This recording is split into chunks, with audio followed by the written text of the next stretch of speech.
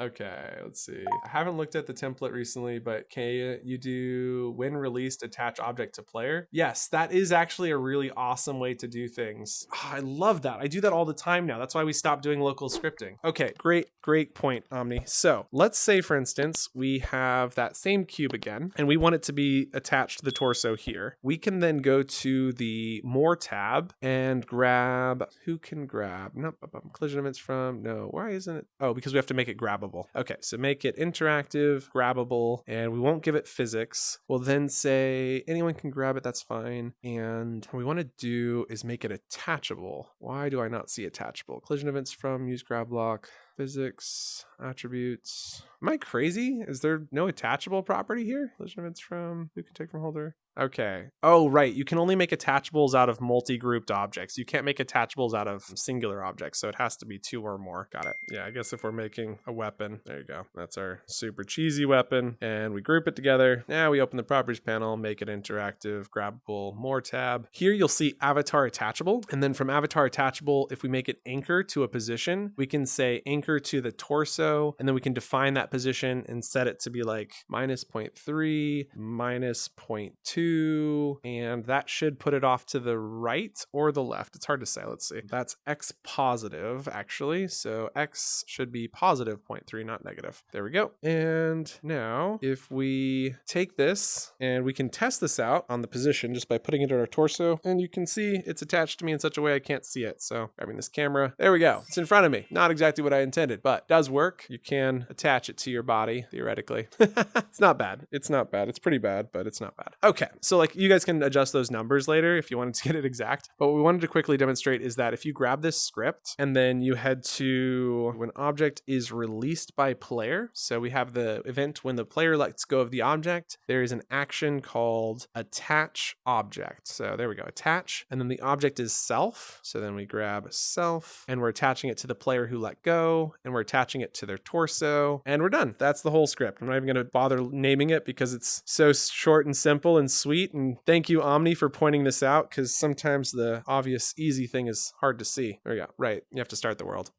So weird that you can grab grabbable objects when the world's not started. That is so weird. So let's grab this and let go. And it's attached to me. Let go. Look at that. Works every time. I can't get rid of it, even if I wanted to. So yeah. Cool stuff. Can you explain how they have the pistol in the arena clash follow on the player's waist? And simple way to place the player's objects, menu, body, health, etc. with object spawn. Okay, the way that works is locally scripted. And so if you've just started scripting, I highly encourage you not to try doing local scripts. They're just really difficult to get set up and working correctly. And so I'm debating if I want to even like demonstrate this, but because I know I can do it really quick, I will just quickly show you this. And it's pretty difficult. So script execution mode, from this settings bar, we're going to select local, click save. Then when the world is started, we need to not do, well, we will need to do some stuff. Okay. So then we do when player enters world. So the first thing we need to know is when the player enters the world. And here it is, when player enters the world. And then we need to know who is my player. So my player is usually a variable that you'll create to represent who is the player. So the first player to enter the world is 0, second player is 1, and so on. And so then we say if, and apologies, this is like stark change from that return script, but just really wanted to quickly brute force through here. So if my player is 0, and then we can get the ID of the player, and get player index returns their ID. So we get the index of the player. And if that player's index is 0, we then transfer ownership of self to that player, which causes them to be the owner of whatever object this is running on. So we transfer ownership of self to this player that has just entered. And when that happens, it actually causes the when world is started event to go off. And so when world is started happens from the beginning. So let's just call this local waste loop.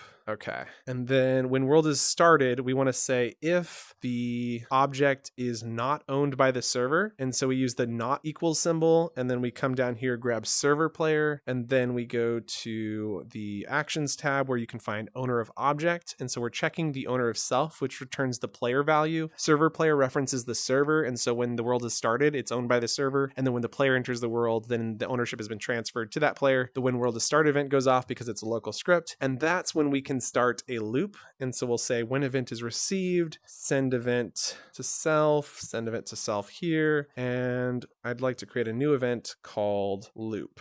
Okay, so this is our loop event. We can select that for all of these. We've now got a loop event running every frame. This is 60 times per second, and it's running on the player's headset, which means there is no lag between the server. And so this is pretty cool, but now comes the maybe hard part where we need to constantly move self to the position of the player's waist. And so what we need to do is grab the plus symbol because we don't want it to be exactly on the player's waist. So the first thing we do is grab player position. So we get position of player, put that in the A slot, get the torso position of the owner of self. So that's the player who owns us. And then we need to know the forward direction of the player and then multiply it down this direction. And so if we scroll to the top, grab the multiply symbol, go back down to player, we can grab the forward direction of the player. And then we want to take the forward direction of the torso, which will give us a vector of 1 meter in length that stretches out from the position of the torso. It's not actually from the position of the torso, but by adding it to the position of the torso, that makes it right here. So if we just leaved it right there and didn't multiply it, this is the position that you'd be looking at. So we'll grab owner of self, duplicate that in there. And then what we want to do is take this value of 1 and move it down to this position here. And so I'm thinking we could rotate it down, but I think the easiest, multiply it by,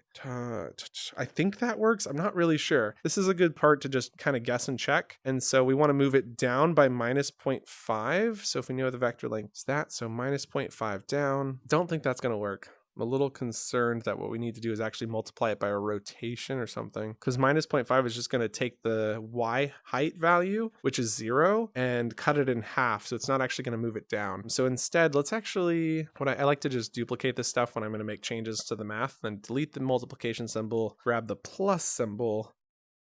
This could work. Okay, so now torso direction, and then we'll add the negative 0.5, which takes that position in front of it, moves it down, grab this, drop that there. And then what I wanted to do here was actually still multiply this, because if you think about, okay, we've moved it down with this minus 0.5. So if it was right in front of our torso, now it's down by 0.5 meter, which is probably too much. We want to get it closer to the player. And because we know that the torso forward direction is 1 meter in length, if we want it to be right next to the torso, we actually probably want this to be kind of like a rightward direction. Oh, darn, I don't want to cross multiply here, but we kind of need to. So what we'll do then is grab the cross product of the forward direction by the upward direction. We're going way too high level here. I'm sorry, guys, but we're almost done. This will be done in just a sec. So then we get the upward direction of the head. And so if you take the upward direction of the head, cross the forward of this, you get either a rightward or a leftward direction vector, which we can then multiply by something small like 0.1, and that will just move it just out of the torso's reach. Yeah, that should do. And then I don't want it to go down this much, so I'm going to go down by 0.3. And now I think we've moved this to the side of the torso, and then it'll just stay locked on there as the player moves. So now we take this cube object, we're going to attach the script we've just made, local waist loop, and it's already working. It's moving me because it's collidable, and so that's a problem. And I can't, like I said, local scripts, look at this, it's just like, can't get it to stop. They're really, really finicky, but we'll go ahead and turn collidable off. The position wasn't exactly where I wanted it. Definitely wanted it to be a little bit further out. It was pretty close on the downward direction. It was just this sideways direction that was off. So we'll try 0.2, 0.2, 0.2. Oh, right. We can actually just multiply by a number value, which makes this a little easier to adjust, because that'll just multiply it across the 3 values. So let's try 0.3 actually, and play world. Okay, so now it's located on the side of me, but for some reason it's kind of jittery. I think I did my math a little wrong. But anyway, that's kind of like basically how it works. So hopefully that answered your question. Yeah, it's difficult.